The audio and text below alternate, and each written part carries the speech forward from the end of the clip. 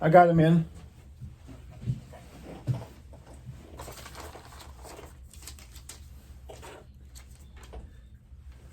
All right, there's Bernie. Hey, Bernie, it's Rick. Can you hear me okay? Yes, I can hear you. Can you hear me? I can. Roy, you want to? Yep. Can you hear Roy? I do. Hey, Roy. And how about Michelle? Hey. Hey, Roy. Okay, so Roy and I are going to do a short intro, and then we're going to bring you guys in.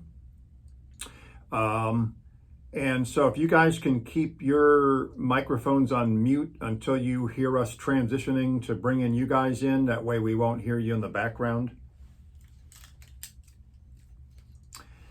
All righty.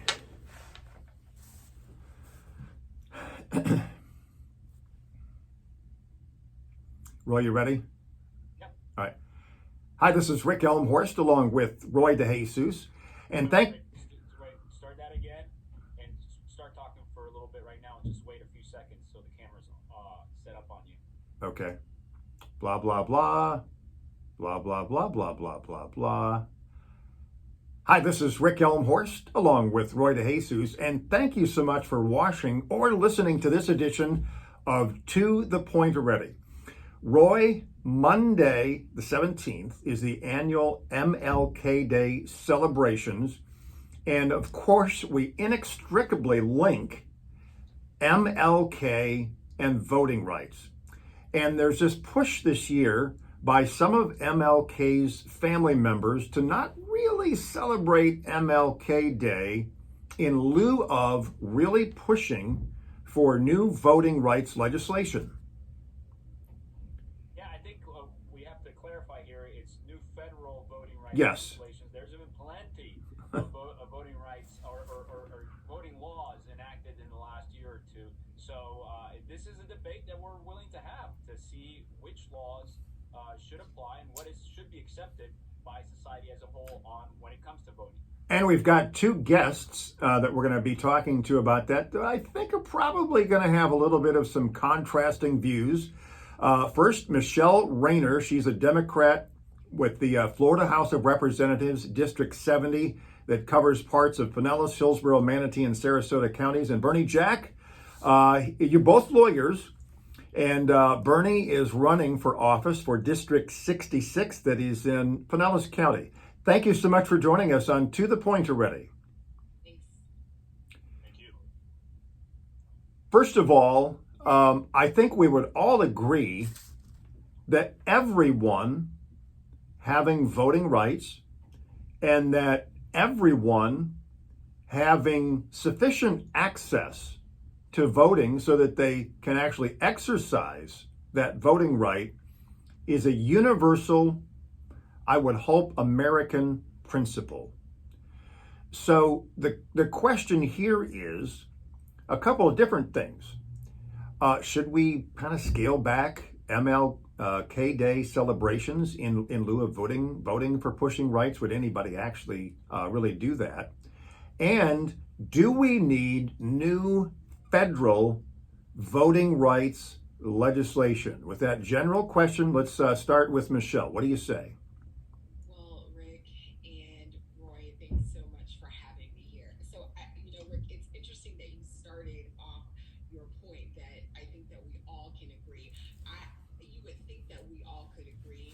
However, we have seen throughout the country that Republican-led legislatures are literally carving out and suppressing folks' rights to vote, and especially here in Florida. I was in the Florida House last session where we had a voting bill, and this is right after the governor said that we have the most secure election and that Florida was a beacon to all of the other states on how to run an efficient election, and yet we had a bill that really kind of gutted some of the things. So, Michelle, I appreciate what you're saying here, but what I would like in this particular discussion is, and this is not a criticism, but what I would like you to do is give me one, maybe two examples of something that was in the Florida legislation that you think is onerous, that it is bad, it should not have been passed,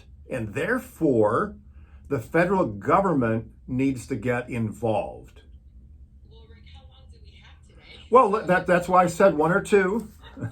So one of the things that I think is when we're thinking about restricting drop boxes, we understand that there will be a fine for SOBs if they have unmanned drop boxes, and that fine is $25,000. I actually filed an amendment on that to actually make that less restrictive. And also when we're thinking about folks having to renew their vote by mail request, that vote by mail renewal actually has to happen every year. And the last thing that I would say is that if I wanted to drop off a ballot for a loved one, you have to be within that person's immediate family. And so I think that it's really important that the federal government step in. And I think when you're seeing, Martin Luther King's family saying, listen, y'all want to, quote him and y'all want to invoke him, but you're not actually doing the things that he espoused and believed in, it's, make that make sense. You can't have it both ways. Okay, Bernie, what's your response to what Michelle was talking about specifically here in the state of Florida? Yeah, when it comes to the state of Florida, as Representative Rayner mentioned, that Governor DeSantis was right when he said we had one of the best secure elections in all of the country, and in large part because of him, Governor DeSantis. When he came into office, he accepted a resignation and got rid of another when it comes to those supervisor elections down in Broward and Palm Beach, which were the problem in Florida. Just as recent as 2018, the state was held hostage by those two counties and their incompetence to the point where we were going into recount territory. And so he took decisive action to make sure that those issues were addressed and everything was in on time in Florida on election night. That being said, Governor DeSantis also said it's not enough to be the best. You cannot rest on your laurels. And you need to be prospective when you are a policymaker. You need to be anticipatory as far as issues that may come down the line. So this governor had the wherewithal to urge the legislature to take action in the event something were to go awry in the future to make our elections even more secure. When it comes to drop-off sites, it's common sense that there should be somebody there monitoring it. What is the problem with that? To make sure that no shenanigans is going on. So and I understand the argument there about wanting somebody to be there, and I'm not making an argument for or against, but I guess the question would be here in Florida, if you do have an unmanned drop-off box, Bernie, if you're supporting what the legislature did and the governor approved of having these particular rules for the drop-off boxes, what is the potential for fraud there if you have an unmanned drop-off box? I think that's the idea here, is that maybe somebody are putting in a ballot that's a fake ballot, but is there not some kind of a security measure here in Florida to where you can't just print up a fake ballot and start putting it in the drop box? What would be the problem there? Well, you can think of a number of issues that can happen. I mean, to the point where, that's one thing that you mentioned. But another thing is, tampering with the box itself and whatever other kind of shenanigans somebody might do on a site. There's no substitute with a person on site. There's no better substitute with an actual living, breathing person on there to monitor. That person can react, and that serves as a deterrent. Somebody sees that there's actually an individual human being on the site, they're not going to try any shenanigans. And so that is very important. And it is very important that people actually request whether or not they want to vote by mail every election cycle. What is wrong with that? I mean, the option is still available, but people have to request it. And then we also have a provision where people need to show who they are and strengthen our voter IDs when it comes to making sure that when we're turning in a ballot that people verify who they are.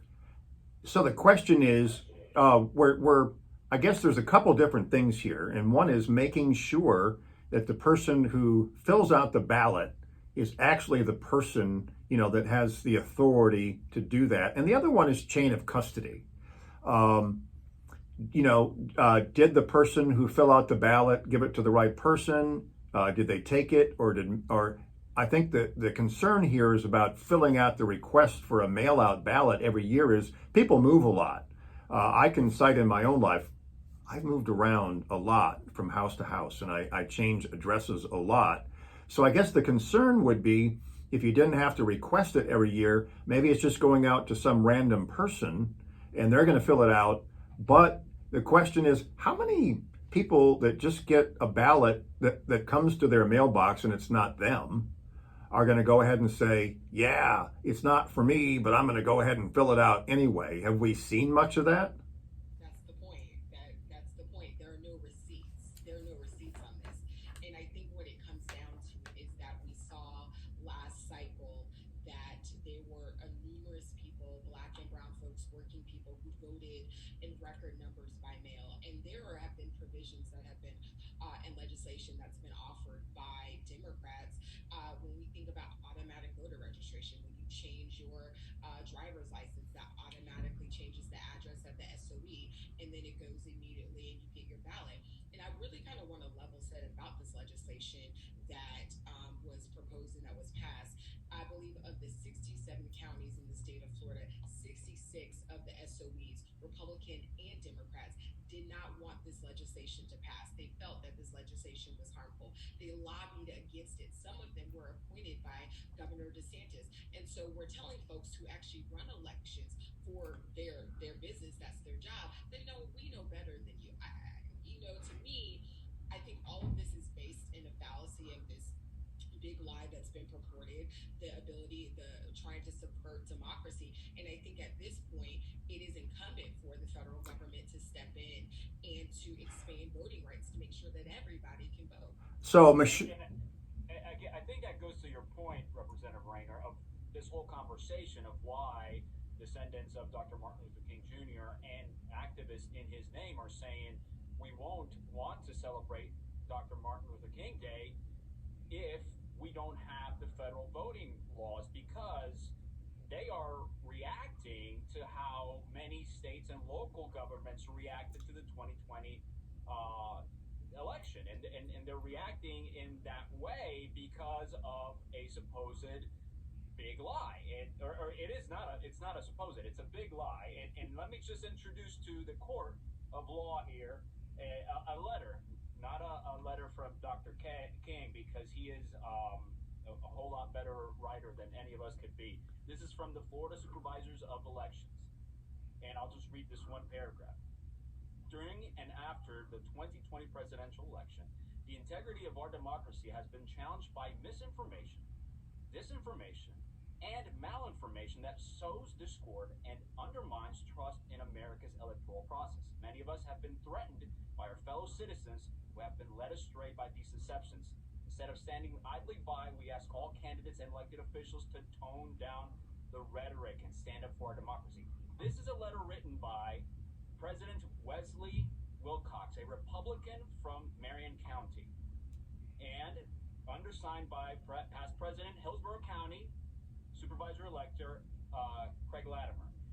They are saying this after the Florida voting law for election integrity was written by law and signed into law by the governor. So this is even from the people that work in election.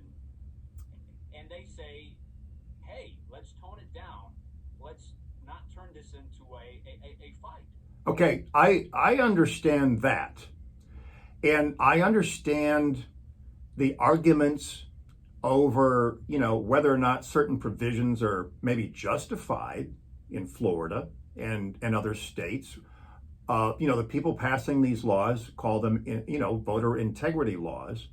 But the broader question here is, if we're talking about this in connected with MLK, and specifically wanting to make sure that minorities, and I would say African Americans in particular, have complete access to voting, the question is, are any of these new laws onerous to the point where they're going to somehow restrict specifically or make it more difficult for minorities to vote? If everybody has to go by the same laws, okay, voting, in my opinion, is not that hard. We've got early voting days in Florida. You can still vote by mail. You still have drop-off boxes. If voting is important to you at all, get out and vote. It's not that hard. So why do we have... Rick, you're absolutely right. In 2020, we Right. had a great perfect execution of the 2020 election in Florida. We had the... So then why the voting laws That, but to fix that a problem that doesn't exist? that is a separate question, though. That's a great debate. It's a separate question, though, from whether the federal government and Congress and the president need to get the federal government more involved with new laws if everybody goes by the same laws in every state. It's not like these laws say, well, if you're black, you can't do this or that. Bernie, what say you?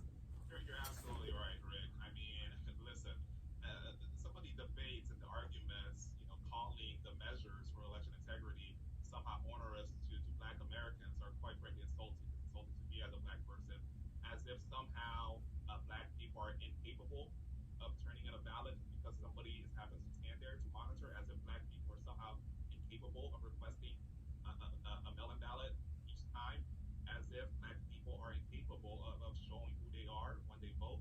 I mean, it gets to the point where it is insulting. I believe in Black people. Black people can do these things.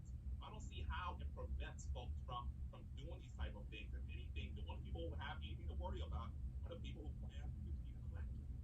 And achieve an election that prevents you from voting and casting a ballot under the new provisions in the Florida law. None. Right, and I think this is why we have to clarify this for folks. Probably a federal law would not intervene much with the Florida law if there's nothing bad seen with what's going on in Florida. That's right. But no. Bernie, let me make a point here. The federal law is a law to make it universal throughout the country. Now, the law in Florida might not be as bad, but the law in Georgia sure is, right? The law in Georgia is allowing the elected leaders there to remove elections officials like, supervisor of elections Craig Latimer from his job. Because if they see impropriety, I can remove that. And let's go back to that analogy, right? All of a sudden, because if there's a delay in the count in Broward County, which has the second most amount of voters in the whole entire state, if there's a delay there, the governor has the right to remove the local person there. So the federal government can't go into Florida, but the governor can go into the county. Do you see where there's an issue here of not making? If you understand where I'm going here? I understand. It's a home rule issue. It's a home rule issue.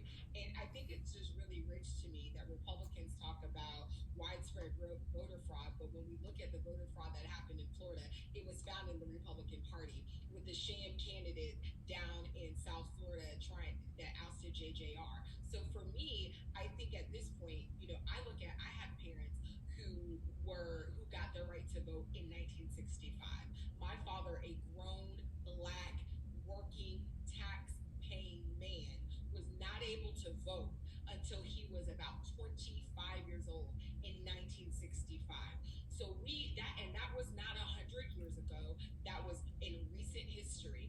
And there have been laws, and Bernie, you know this as well as I do, you're a lawyer, there have been laws that have gutted the Voting Rights Act.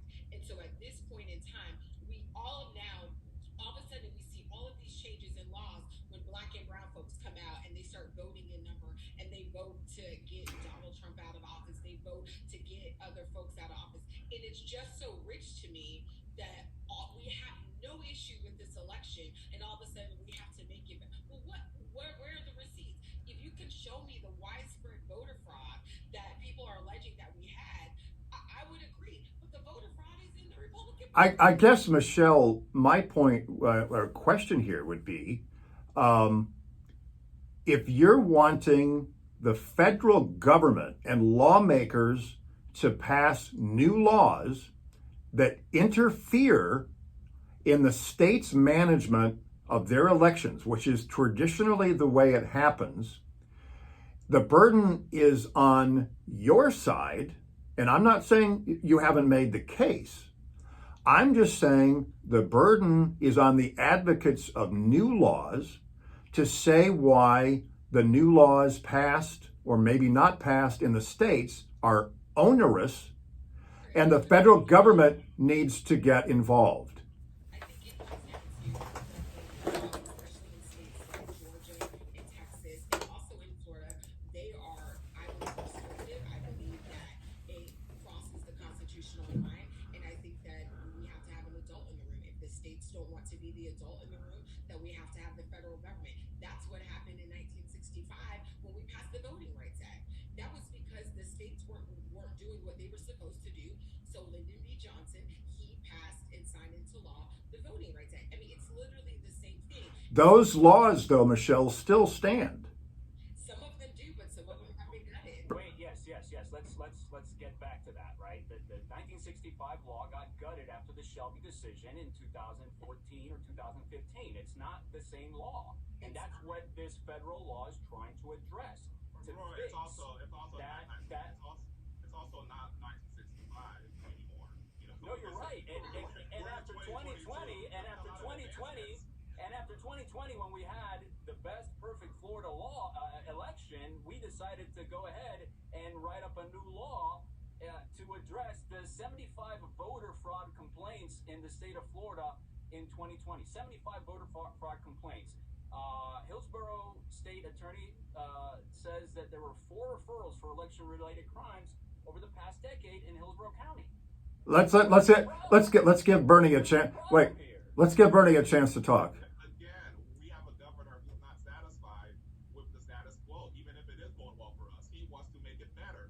We will not rest on our laurels in the state of Florida, and we will be anticipatory to make sure that we strengthen our elections going forward. Now, we want to complete this point, Roy, the hypocrisy of the federal government, the intentions of the federal government coming in to the states, where at the same time we're advocating for the state to take more measures on Jumping into the county rule, yeah. Right. So I mean, there's a constitutional framework here.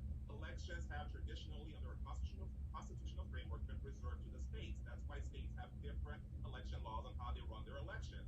Counties are not. It hasn't been reserved to counties. You know, counties are created by the states, whereas the federal government was created by the states. And so there's a two different thing here. And yes, the governor can remove constitutional officers for malfeasance and lawlessness and all sorts of things. So that has been a purview of governors for time to come. Also, yes, the law that are being proposed does interfere with the Florida measure and some of the other states. For example, the Freedom to Vote Act, it allows same-day registration. But here are some of the problematic things. That's problematic as well, because who's to say you can't register on one site and then go register somewhere else? But it places restrictions of it prohibits any restrictions on mail voting from the states. It virtually prohibits states from passing any kind of voter ID law. And it prohibits even notarization or a witness signature for mail-in ballots. I mean, this is radical. The federal law. From my understanding, the federal law, there are conversations to change on the voter ID front, and wouldn't you think that if we have a national, unified, universal voter ID, which has been backed by Stacey Abrams, right? I think that wouldn't that be the best thing, to have an ID that everybody universally can have integrity or feel that there's integrity about? I don't think anything being backed by Stacey Abrams, in my opinion, is a thing to be excited about. For me. But no, I mean, there's a constitutional thing. I don't believe we should have a federal mandate and federal unified rules. Every state should be able to make their own laws to run their elections. Why should it be easier to vote? Like, I just don't understand.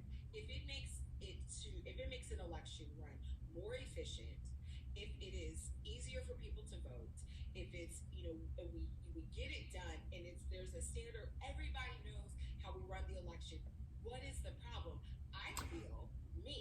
I feel folks, especially people on the other side of the aisle, they're afraid of I'll just say the browning of America, and they're afraid that more folks will come and they're not All right, we're going to have to wrap things up here. Bernie, last word. I'm going to give you about 30 seconds to wrap things up. Right, nothing could be further from the truth. Look, states have the responsibility to make their own election rules and laws. Representative Rayner, that should be in your purview, not in a faraway land in Washington.